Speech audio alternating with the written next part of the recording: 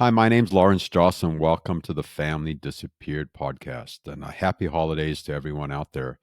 And today's episode is going to be on Christmas. It's going to be incredibly powerful. We have a panel of guests on today, and we're going to be talking about Christmas, what it looks like today, what it looks like as we're practicing healing ourselves, and also what are some of the challenges we face. And this particular episode really took a turn. One of the panelists shared something before we taped, and it kind of shifted everything that we were going to do on the show. And I got to tell you, for me, by far, this is the most powerful episodes that we have recorded yet. So come along for the journey. It's going to be incredible. We're also going to announce a competition in the middle of the podcast. So you do not want to miss that. And I will see you soon.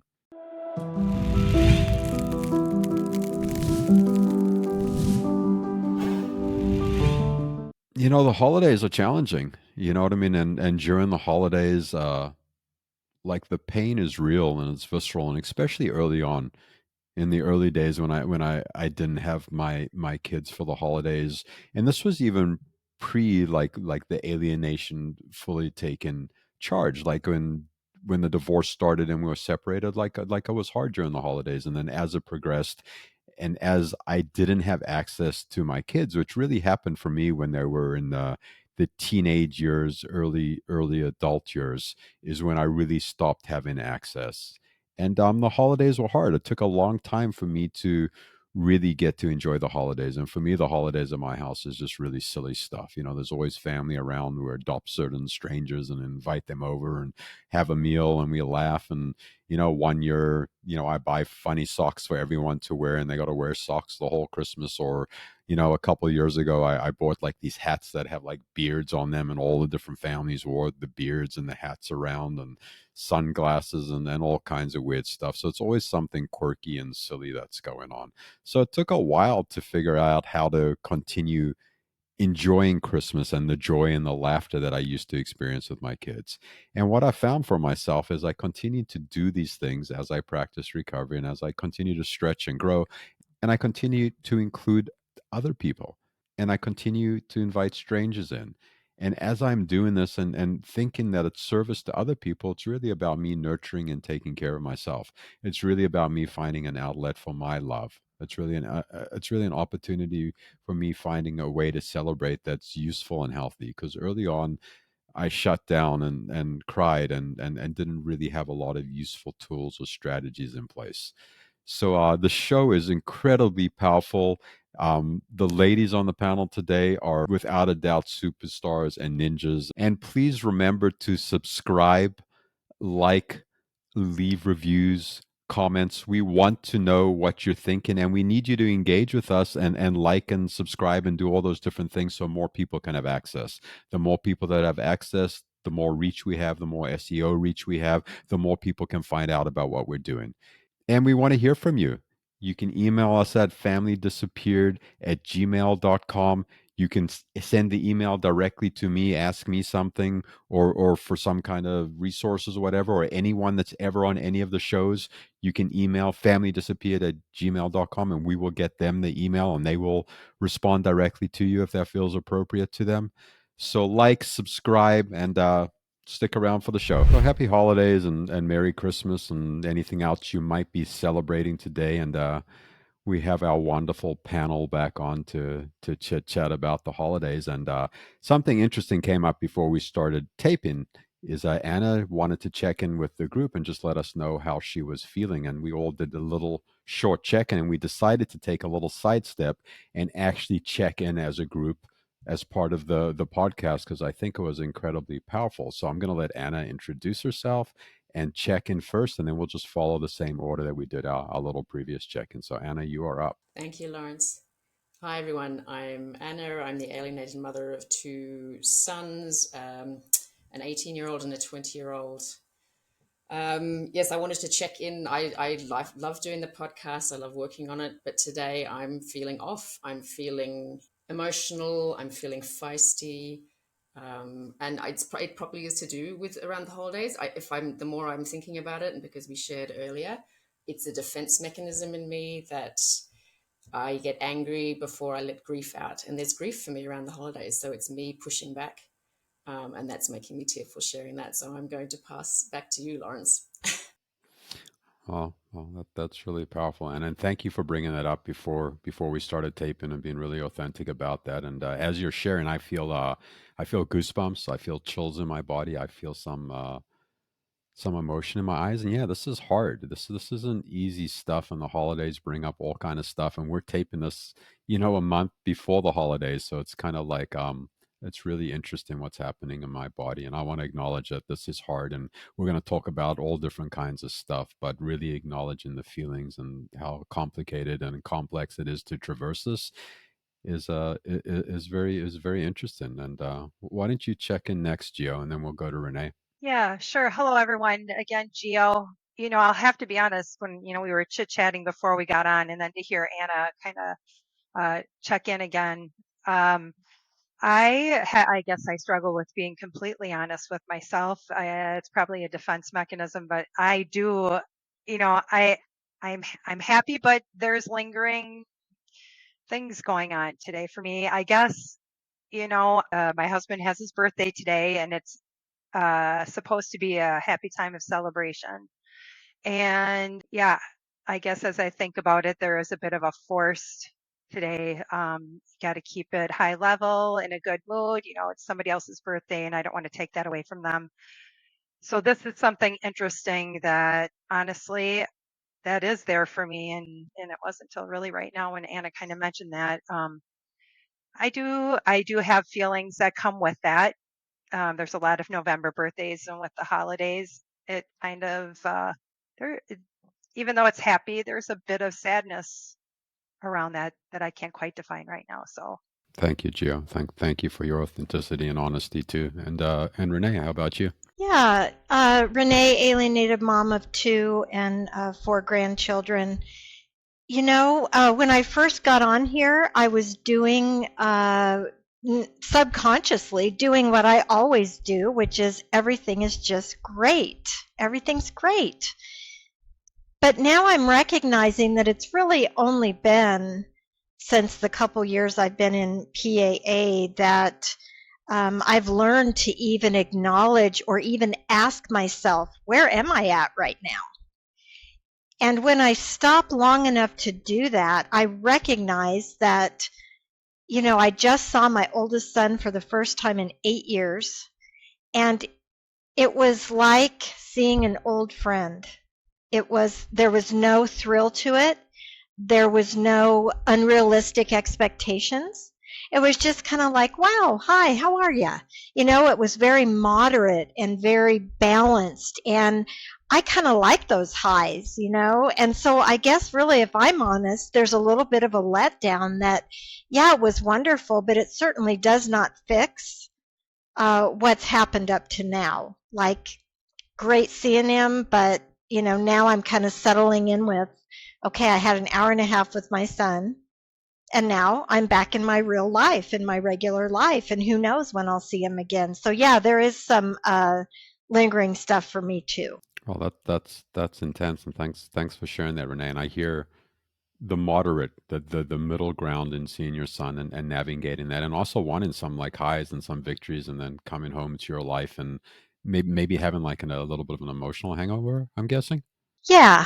Thank you, Renee. And I got to follow up on one other question because in the pre-check-in, you shared that you got to be with a puppy for a week. So I want to bring some joy into this conversation too. Just give us 20 or 30 seconds on puppy joy, what that was like for you. Oh my gosh. Well, my dogs are big, and this little one is a miniature golden doodle. She probably weighs 7 or 8 pounds, and she literally was on me 24/7 all night long. It was like sleeping with a stuffed dog. It was just absolutely wonderful. Oh my God, that is wonderful. And just for anyone else there that's listening, like this stuff is difficult, and there are puppies too. Like there's a lot of silver linings and gold linings, and a lot of really wonderful thing going on, and the grief and the longing and the sadness is there too. But both coexist at the same time. It's not an either or circumstance. So I think for me early on, It was an either or. Either I had everything or I had nothing. And if I had nothing, that I was going to die. So we're going to start off with that as a question. Like when you first got to recovery, was it an either or? Was it a both and for you? Like what did that look like? And how did that kind of change? And let's start with you first, Gio. Oh boy, I have to think. So are you asking me if when I came into the fellowship, if I thought everything was going to turn into perfection and no bumps in the road? Well, thanks for asking for the clarification, Joe. I really appreciate the communication, which is a huge part of what we're all doing here is learning how to communicate. So to clarify, early on in parental alienation, pre-program, pre-everything, just when you're starting to feel this and you're losing contact with the kids, was it like, I don't have my kids, so now I'm going to die? And then how did that change as you came to program or recovery or emotional work? Was it still those polar opposites, or was it more of a moderate in between kind of feeling? Yeah, thank you for clarifying that. Before I got the help that I needed, I was walking around with the most incredible feelings of being overwhelmed and just uh, trying to hang on to this rope of understanding. I just was hanging on for dear life, trying to understand what was happening. I didn't know what was happening, and it felt 100% uh, devastating. It was very hard to experience both joy in my life uh, and whatever was going on with not having my kids around. I couldn't understand it. It was felt like chaos in my head. Nothing made sense. Um, and then, I walked through this stuff for many, many years, probably for 11, 12 years. And then when I got into the rooms of PAA and the fellowship and all those goodies that were involved with that process, it was a slow uh, uh, decompression of those feelings of being overwhelmed with uh, fear. It was absolute fear. I thought I was going to lose my life. Um, and I didn't know what to do. And then the relief started coming very slowly as I kept my head down and kept attending meetings, uncovered every leaf to find as much information as I could about this program. What else? I just was craving it, anything I could get to get some relief. And then I started finding, hey, you know what? This stinks. I'm walking through this, but I'm gaining some understanding and some tools. And I realize that I can have a happy life while this is all going on. Um, and it was the hugest amount of relief once I discovered that. Is it always perfect? No, I fall off and I go back to that place, but I can usually uh, get a hold of myself and come back to a place of just being um, grounded again. So, yeah. Th- thank you for that, Gio. And yeah, I was sharing how polarizing it was in the beginning, and you felt like you were going to die, and life was shrinking up, and you didn't know what to do. And then slowly, and I like how you use the word slowly, bit by bit, inch by inch, sometimes forward, sometimes sideways, sometimes backwards. You started to get a little bit of relief, and it started to change. So that's very beautiful. Thank you for sharing that. And Renee, same question for you. Like in the early days, was it just black and white, and then did the shades change, and then how has recovery kind of influenced that for you? For me, it was very black and white in the beginning. Um, I didn't realize, it took me quite a while to realize what was going on, but I was one that took on all the shame and guilt of the situation. It never occurred to me that there could be something else at play here called parental alienation. I had a number of years to try to process this. I did a lot of medicating with substances to try to get through this because all of those years ago, there wasn't any kind of help for me. When I brought it up to therapists, nobody ever wanted to talk about it. They didn't know what to say. They could not explain how someone who seems to be a pretty decent person doesn't have a relationship with her kids. So we just didn't talk about it, even though that was my initial request, was I want to figure out why I don't have a relationship with my kids. And a lot of it came out in me in anger and rage. I was extremely angry. It came out sideways a lot in that way, but I could not see my way out. I could not figure it out. But what really happened for me was, as time went on, just due to the nature of the length of time, I had to begin to recover somehow. You know, a therapist once told me we can't stay at that level of pain forever. You are going to have to move to a different level, a different place, because you can't physically maintain that. So through another program and through a little bit of therapy and through a very supportive spouse that I'm married to now, not the father of my children, I started to recover. And it took, as Gio said, it was very slow and it took a really, really long time. And in the beginning, it was more like a roller coaster. I would feel good and I would think, okay, now this is the answer. I'm taking all their pictures down. And when I do that, I'm not going to think about them anymore. And then when that didn't work, I would try something else. And when nothing was working, I finally just became kind of numb. And I think that's where that attitude that we were talking about in the beginning of, hey, I'm good. I'm fine. I don't need anybody. I don't need your help. I'm good. When that kind of started, I started really honing that attitude and I became very good at it. And then for me, once I got into PAA 2 years ago, for me, the relief was immediate, because what I heard you all say was, while maybe you had a small part in this that you don't understand yet, a lot of this was not your fault. Like, you're a good person. You were a good mom. And as soon as I heard that, the shame and guilt just fell away that very first meeting.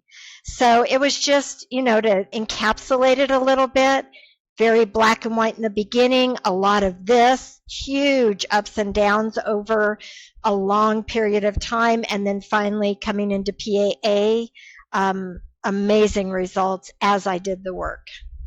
Thank you for that really heartfelt reflection. And I heard like substances, rage, anger, like all these different strategies we come up. I love the strategy of taking down the pictures, putting it away in the back of the closet, in the back of our mind, push it down as far as possible, and then we won't feel it.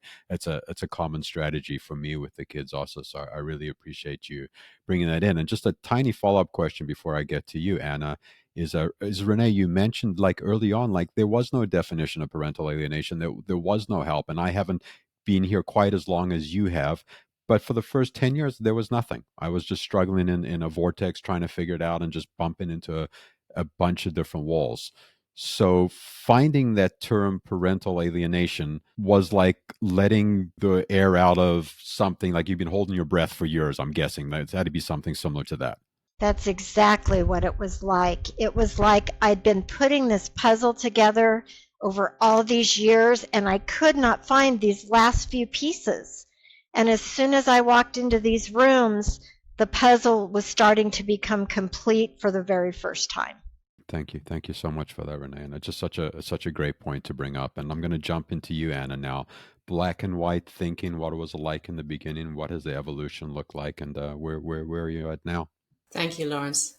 I That's hard to answer. It was black and white thinking. If I think about it, I am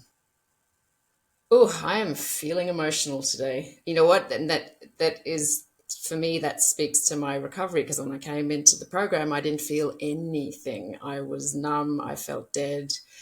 Saying that, I must have felt something like I thought I was going to die if I didn't get some help, because at that point, all the constructs that I had in my life, my marriage, my kids, I'd been a stay-at-home mum, I was codependent in all my relationships. So all that framework had been taken away. I became, well, I've always been, but I lent into my job and used my work as an outlet to basically stick my fingers in my ears and pretend that none of this was happening. And I didn't want to put voice to it, didn't know what to do, but everything got taken away from me for different reasons. I had no control over it. And so when I came into group, I didn't know what to think. I didn't know what to say. I didn't really want to say anything. And it was hard. And when I had to leave, Yeah, I can't do this right now. Okay, Anna, thank you. Thank you. And I just want to acknowledge just to everyone out there, this is really hard stuff. And if we can all just take a cumulative breath together, I think that'd be really, really a great idea. Maybe just put your hand on your stomach and one of your hands on your chest. And if you just take a deep breath into your stomach and feel your stomach rise up, and then release your breath and just kind of feel your body let go and your shoulders relax for a second. And don't do this while driving. Find a safe place, and it's important. This is an intense episode to take some time to take care of yourself. Maybe listen to pieces and parts of the podcast as it's going along. And I just wanted to reiterate something that Renee had said, which is very similar to my experiences. Like, I did a lot of work before I found the term parental alienation, and for me, my access door was actually Al-Anon. And we use Al-Anon literature and Al-Anon framework for PAA, which is Parental Alienation Anonymous. And there's a link in the show notes if you're interested in meetings in the community. And that's one of several doors. I'll talk about the other doors later on. But I'd done all this work and I landed up at an Al Anon meeting, and stuff finally started to click because Al Anon's about relationships. And for me, it was very similar to Renee. I had all this information that was all disorganized. And when I got there, there was a framework and I was able to put it into a Rolodex. If you're older like me, you'll know what a Rolodex is. And you just like organize all your thoughts and stuff and your telephone numbers. And just getting to a meeting where they were talking about relationships really, really helped. So I just wanted to say that. And I also want to honor Anna's authenticity in taking care of herself and doing what she needs to do. And anyone out there, this is what a meeting looks like. Sometimes we have our cameras on, and sometimes we turn our cameras off, and sometimes we choose to share, and sometimes we don't. Like, life is complex and complicated, and you might see snippets of us just talking about stuff and sharing our experience, but there's a lot of complexity and emotions going on here. And so with that, I would like to well, this is a big transition. I hope it's going to land okay for everyone, but let's talk about Christmas traditions and something really fun that you do now. Like, what do you do now that you look forward to around the holidays that you can say, "Well, this is going to be different," and this isn't about our children. This isn't about our children. This is about us reclaiming our life and our agency and just and living. So, and again, pass, don't pass. Add something different to my question if it feels more appropriate to you. But let's start with you, Renee. Is there something in particular you have as a new tradition or something you do to take care of yourself now? I would say that, when my kids were little, I would decorate for them. And then when they left, and they were still pretty young when their dad ended up taking them, I quit doing that stuff because I wasn't feeling it. It felt inauthentic. We would put a tree up and we would decorate it a little bit because we did have my stepson in our home for a while. So we would do it for him. But then once he wasn't in our home, I just really kind of got an attitude about it and I didn't want to do it for a while. As time went on and I started to recover and heal a little bit, I started decorating for me. And it's not over the top ridiculous. I'm not going to start tomorrow and start putting up Christmas decorations. The lights behind me are just for this podcast, but those are the only ones you'll see until December 1st. So it just feels a lot more balanced now. I decorate for my husband and for me, that is a new tradition because before it was always for somebody else. So I got rid of a lot of the decorations from when my kids were small. I kept a few special ones, and honestly, I did send some of those things to them several years ago when they were adults and I knew that they had young children. I was lucky enough to have an address, and I mailed them off with a bunch of pictures and other things that belonged to them. So that's been a healthy way of dealing with the holidays for me. Mm-hmm. Yeah, that's cool that you're making Christmas about you and reclaiming it and what feels appropriate for you. And I love that sentiment of being in pain and hurt, but still taking the time and caring to send those packages out to your sons. I think that's really sweet and really nice to hear. Um, Gio, how about you? Yeah, so I actually, I have always loved Christmas. I love decorating. I like decorating in general. If I can, I mean, in my house, I decorate.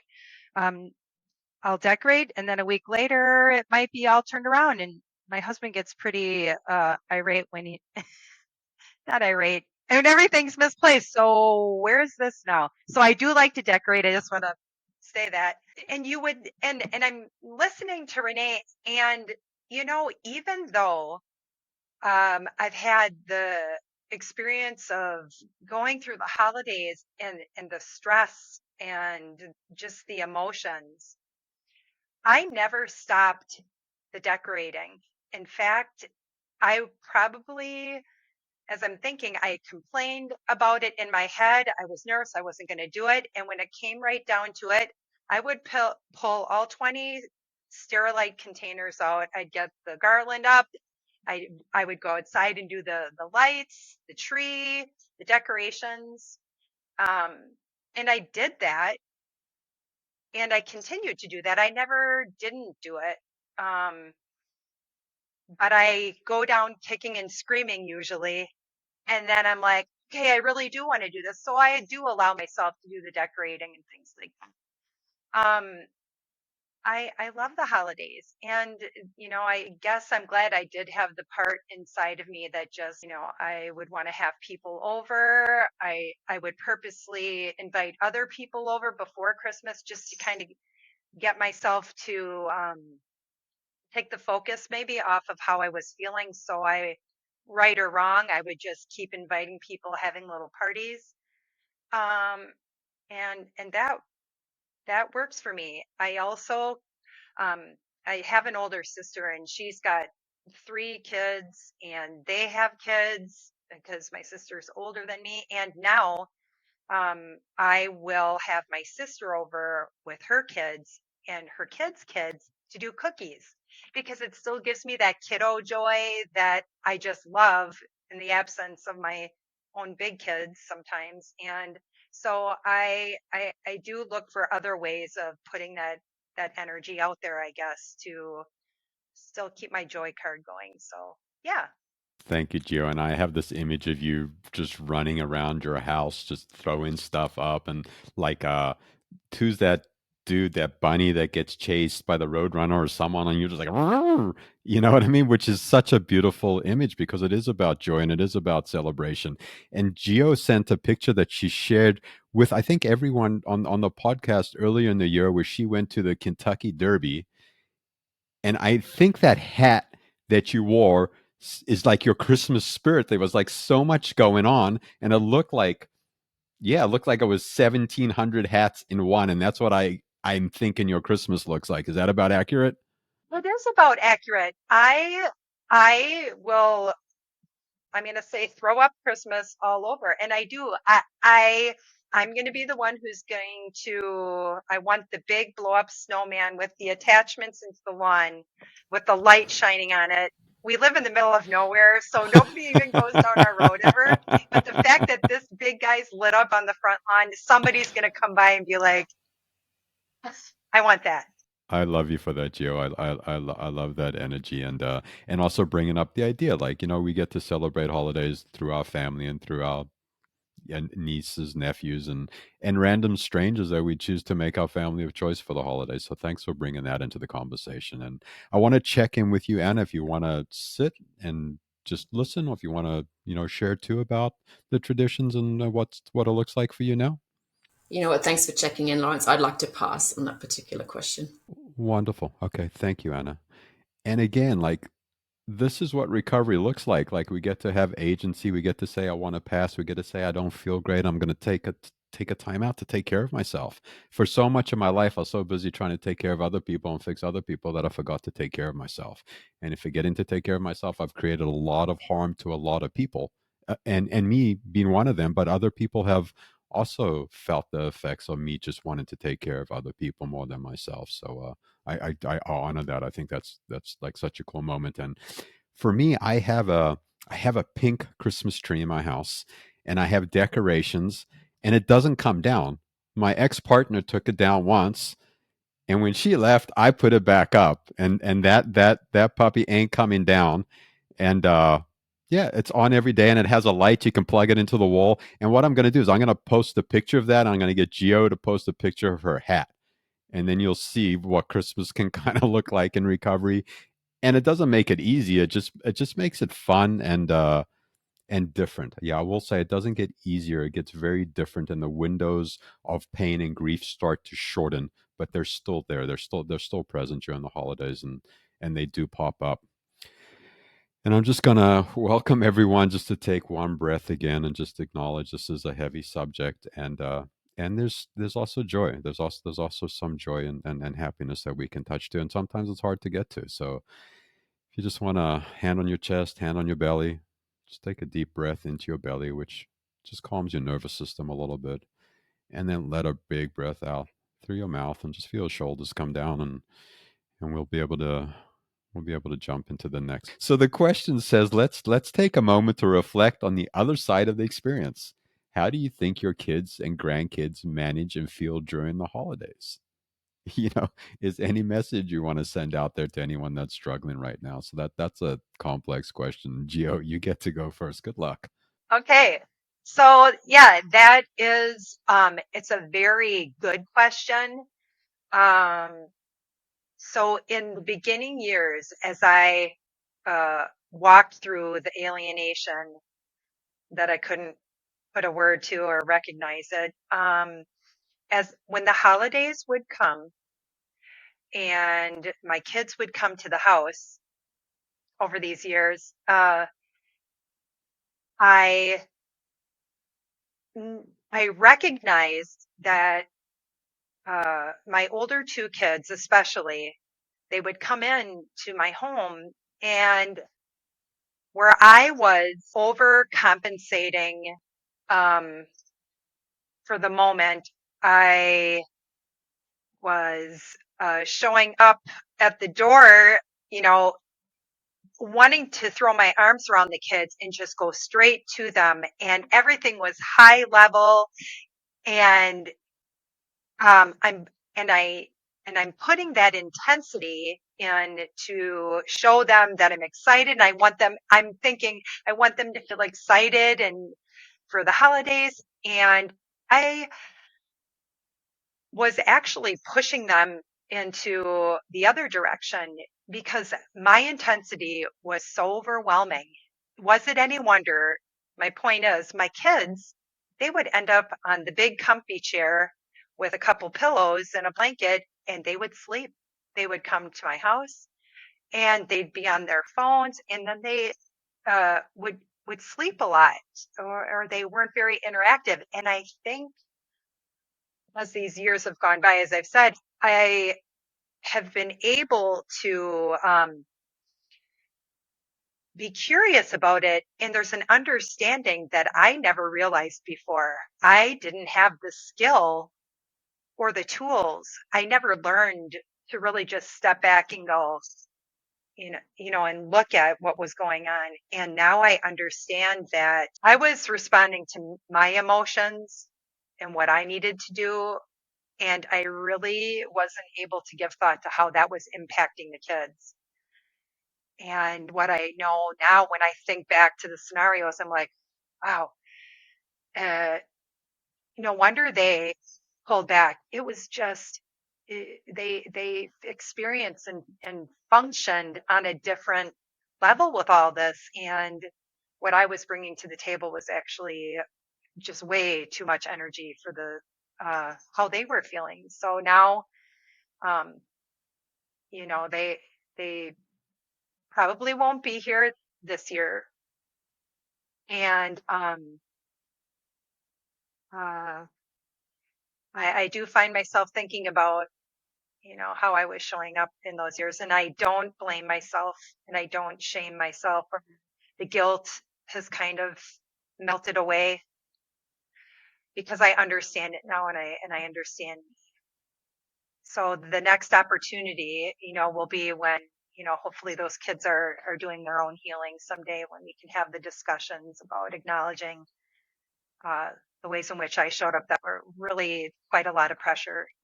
So thanks for letting me share that. Thank you, Gio. And I just want to attests to your recovery. Like, it takes a lot of interpersonal work to be able to dig in and look at some of those layers of ourselves that we don't necessarily want to look at, and own our part in the situation, because the situation sucks for everyone. But to actually see that sometimes we flood other people emotionally because we're trying to get them to regulate our nervous systems, and it's hard. It's hard to look back and to realize that. And there's also a lot of power in saying, wow, I see something different now, and I can share my experience with other people so they don't necessarily have to do the exact same thing that I did. So I applaud you. I think that's so much strength in sharing that experience, and also sharing the recovery part of that experience. So thank you. And Renee, I'm going to go to you. How do you think the kids and grandkids manage and feel during the holidays? Wow. I know I've said wow before, but this is a super big wow. Like, that was intense, and that was real, and was probably the realest we've been on the show. Not that other stuff people weren't trying to be real, but this is like the holidays. You get into the heart, you get into like the chamber, into the nitty gritty, and it really brings up a lot of stuff for people. And for me, I've never had anyone to have these conversations with in such a deep and meaningful way, and also in a way where everyone just stays and holds space. A lot of times in families, someone leaves the conversation or someone checks out, but everyone really, really, really stayed present today. And it was such a beautiful thing for me to be part of, and to witness. And I'm so, so grateful to my community. Such incredible people doing incredible work, and difficult work. And I see the magic, I see the light, I see lives changing. And it doesn't necessarily mean everyone gets their kids back or their grandkids back, or their parents back, or whatever relationship you're struggling with. But change is powerful, and creative and flexible. And there's so many different things that can happen. So thank you. Thank you for coming for the first part of the show. The second part is more powerful than the first part, if you can believe it.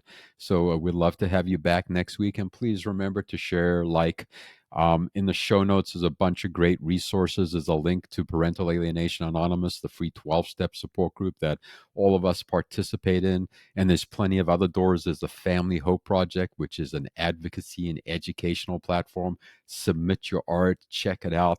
Join the Facebook group for the podcast, for the Family Hope Project, for Parental Alienation Anonymous, or all of them, or just one of them. Figure out which door works for you. In January, we're going to be starting all the foundational trainings. We have just started fundraising, so there's an active fundraising link now in the chat. Please contribute what you can, and if you can't contribute financially, we'd love to have volunteers, and contributing is bigger than just dollars. Like, some people don't have dollars or resources, and some people have plenty of resources. And if you have plenty of resources, please share plenty of resources. And if you don't have resources, volunteer. Offer to help out on the podcast, or one of the other doors that we have. We would love to have you on the team. And there's the podcast crew in the chat. There's a link for that too. Contribute information, ask to be on the show, ask questions, suggestions, comments, any of that kind of stuff. And like, subscribe, comment. And I know it's irritating. I'm irritating myself that I say that in the beginning and the end, but unfortunately, it's something that we would like to have in order to reach as many people as possible. Happy holidays. Have a phenomenal Christmas, and catch the next episode. I think it comes out a day or two after Christmas. So enjoy the evening, enjoy the holidays, and we will see you in the neighborhood. Bye-bye.